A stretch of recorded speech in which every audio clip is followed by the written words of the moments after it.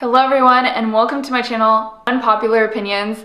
As you can probably guess, this is where I'll be sharing all of my unpopular opinions. And today's unpopular opinion is about why and how I believe the term white privilege is doing more harm than good. Now, I know just from reading the title, you're probably already going to immediately want to write me off as privileged, as somebody who doesn't understand any of what's going on in the world, and I get that. And I'm not ever going to try to pretend that I understand what people who have a different skin color than I do have gone through. I'm not here to do that at all. I'm here to speak some truth into a situation and into an ideology that I feel is not just harming people of color, but white people, black people, red people, brown people, yellow people, all of humanity, I think, is being affected by this harmful ideology. So if you could take a moment, hear me out, keep an open mind, and you may find that you agree with me more than you think. Or maybe I'll just make you really angry and you'll stop the video. Who knows?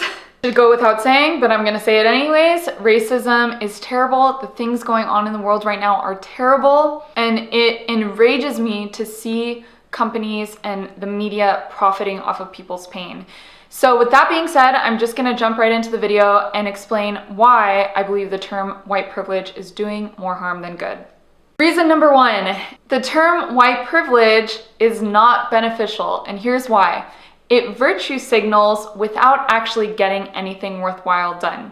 You've just made a bunch of white people feel guilty about their skin color, which by the way, they had no choice in choosing. Now what? Virtue signaling without getting anything actually worthwhile done. Personally, all I've seen it do is make a bunch of white people feel guilty enough about their skin color, enough to post a little black square on their Instagram page so that they can feel a little less guilty about themselves and feel like they can give themselves a pat on the back. When in reality, how many of those people posting black squares on their page are actually doing something to end racism, and not just talking about it? Whether that be putting their money where their mouth is and giving to organizations that support marginalized groups, or putting in the time to be a big brother or big sister to a fatherless child. Making a person acknowledge their white privilege does nothing but make the person who acknowledges it feel less guilty about their skin color because they feel like they're doing something to put an end to racism, when they're not. It's giving the illusion of concern without any tactical action to back it up. And not only that, but it also enables companies to profit off of generations upon generations of pain and hardship that people of color have had to endure by saying, look, we support you, we're not against you, and because of that, won't you please keep buying our stuff? It's pandering, it's abusive, and it's manipulative. If these companies truly cared about the Black Lives Matter movement or people of color, they'd be doing activist work before putting a black square in solidarity on their website or their homepage or their Instagram became a trend. It would be a part of their culture and mission statement to help empower people of color, not something they're just doing to pander to the masses. The second reason why I believe the term white privilege is doing more harm than good is because it is harmful. And there are three main reasons why I believe it's harmful. First reason being, it brings formerly oppressed groups back into a mindset state of oppression. And I'll explain more about this in a moment. But before I do, I want to share something with you known as the Pygmalion and the Golem effect. This is something that occurs that positive psychologists have identified, and basically it comes from the story from the Greek poet and philosopher Ovid, who wrote about a man named Pygmalion who carved a statue so beautiful that he wanted it so badly to come to life that he actually willed it into being. And this statue, this beautiful statue that he carved, came to life. Now, what the Pygmalion effect refers to in everyday life is that if you believe something, whether it be positive or negative, strongly enough, that belief will become a self-fulfilling prophecy. And this is also known as the Golem effect because it can have negative effects also. Your positive self-beliefs can come to life, and so can your negative ones.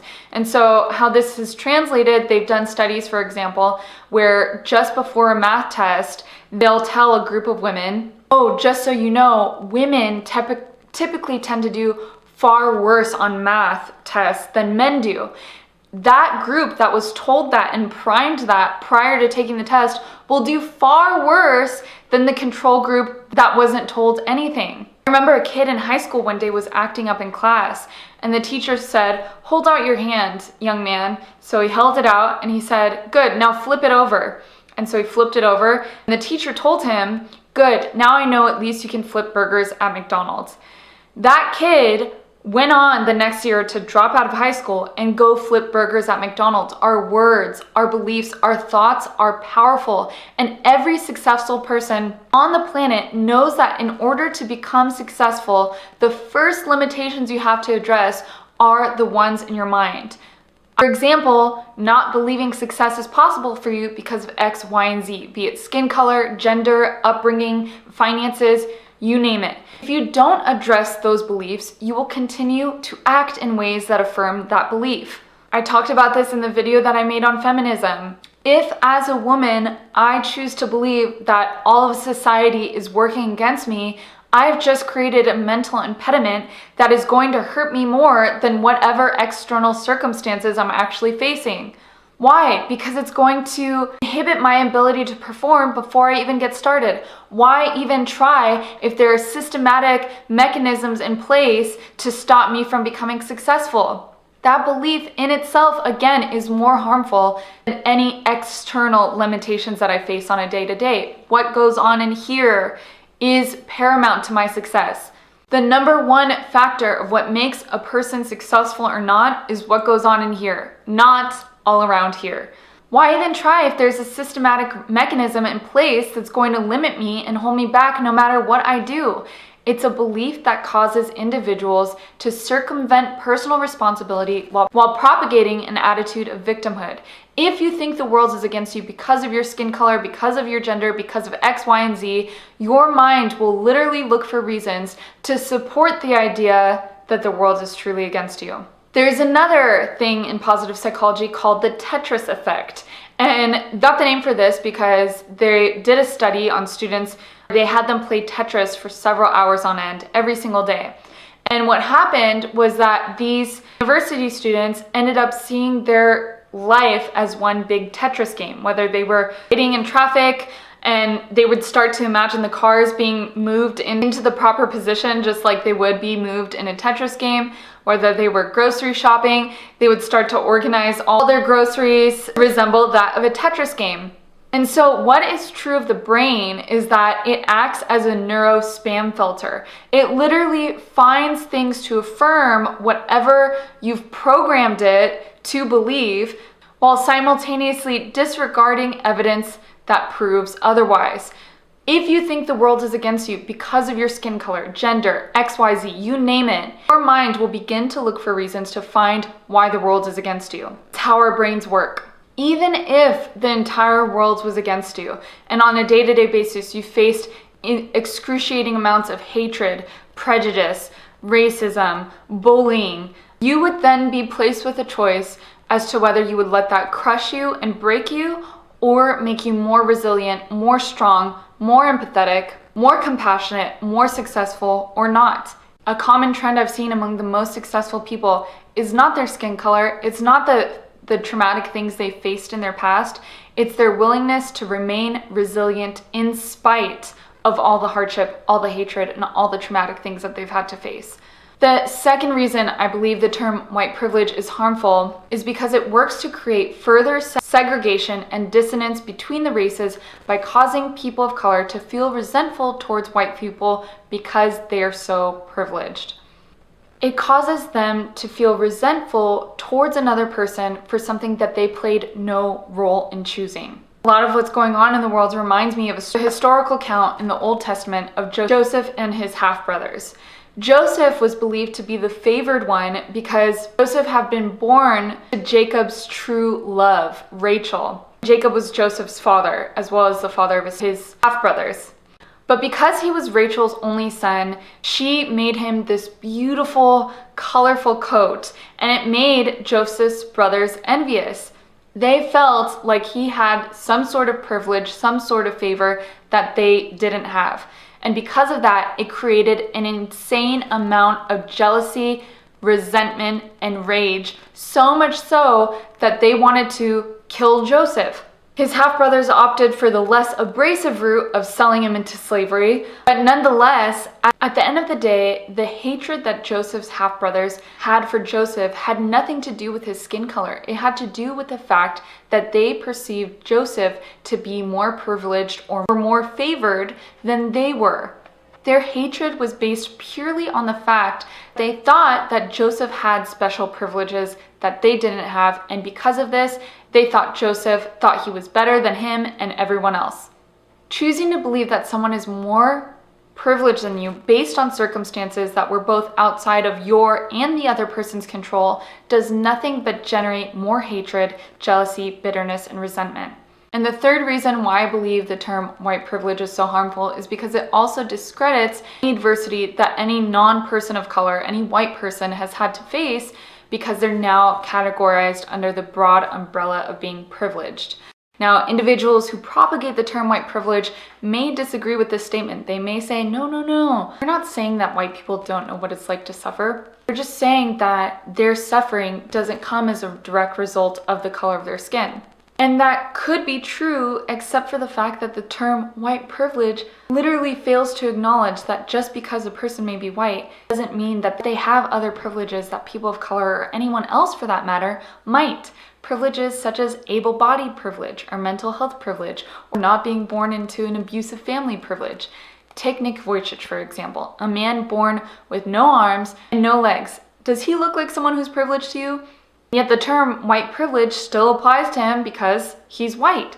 He's someone who could have chosen to go into a fetal position and just die, and yet he didn't. He chose to fight against all odds and fight for his life, to not only become a contributing member of society, but to become someone who helps inspire other people, who's actually successful. And there's so many like him who may not necessarily have something that we would consider to be a visible impediment, but who are facing emotional impediments, who are facing battles behind the scenes that nobody knows about.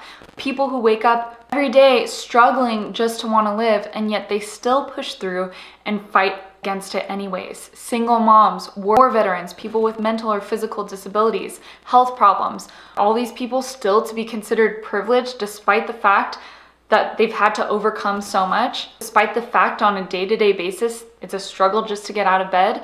If you want to talk about white privilege, you can't be partial in what you're saying by neglecting to talk about all the other privileges that also exist. There's mental health privilege, able-bodied privilege, being born in America privilege. People in North Korea, for example, are publicly executed on a daily basis, and their food is literally used by the government as a form of control by inducing starvation through limiting supply and creating scarcity.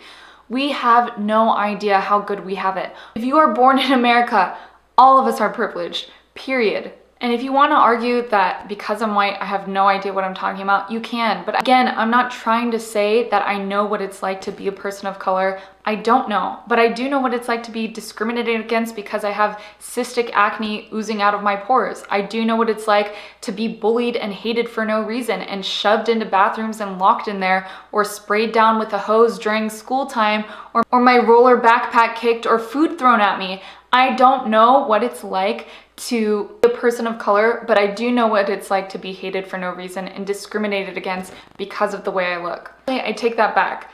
I haven't known what that's like up until recently, but recently, the current political climate and everything going on in the world, I've been getting called names because of my skin color. So there you go. Racism isn't a one-way street. It happens both ways.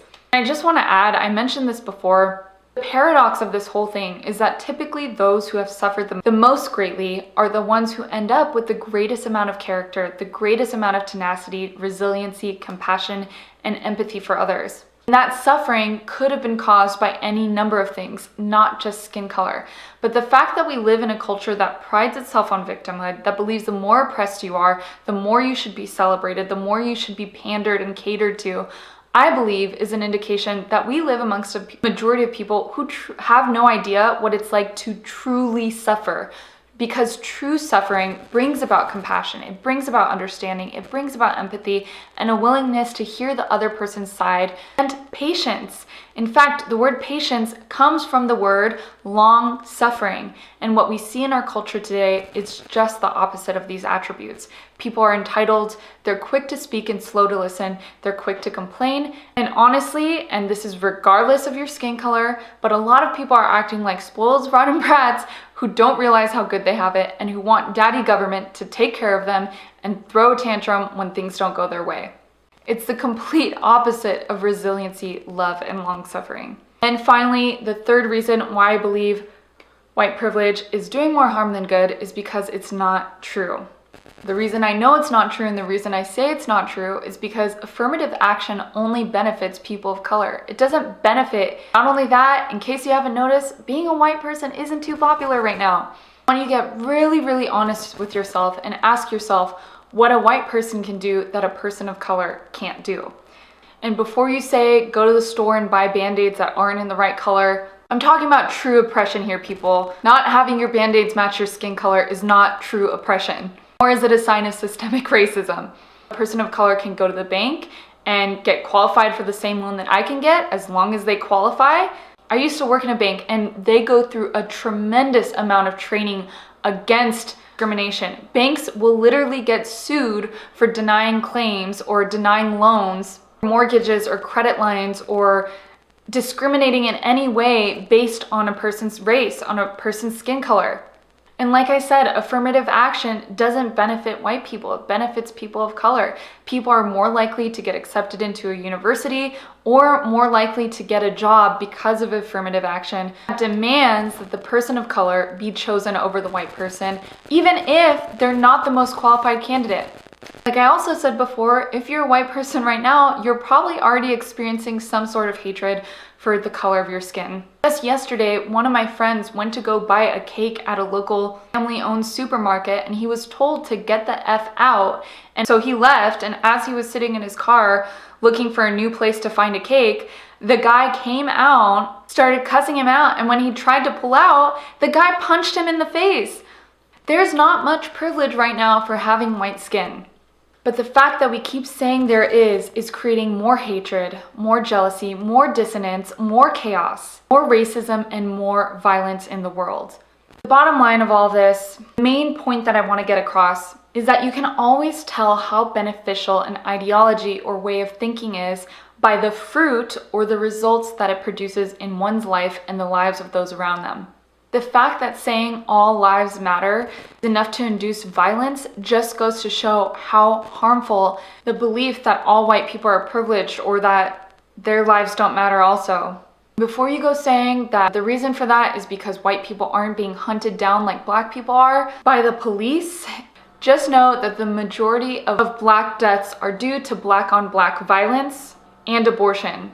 There are approximately 10 cases of unarmed black people being shot by the police. So no, they are not being hunted down and their lives are no more in danger.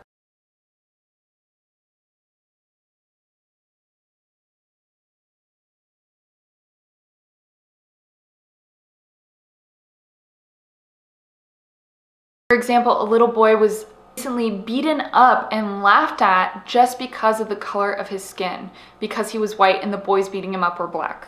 What about the business owner who was brutally mobbed after just trying to protect his own business from rioters? This ideology, this belief that only Black lives matter or that all white people are privileged is not only dangerous, it's abrasive, it's manipulative, and it's literally creating hell on earth.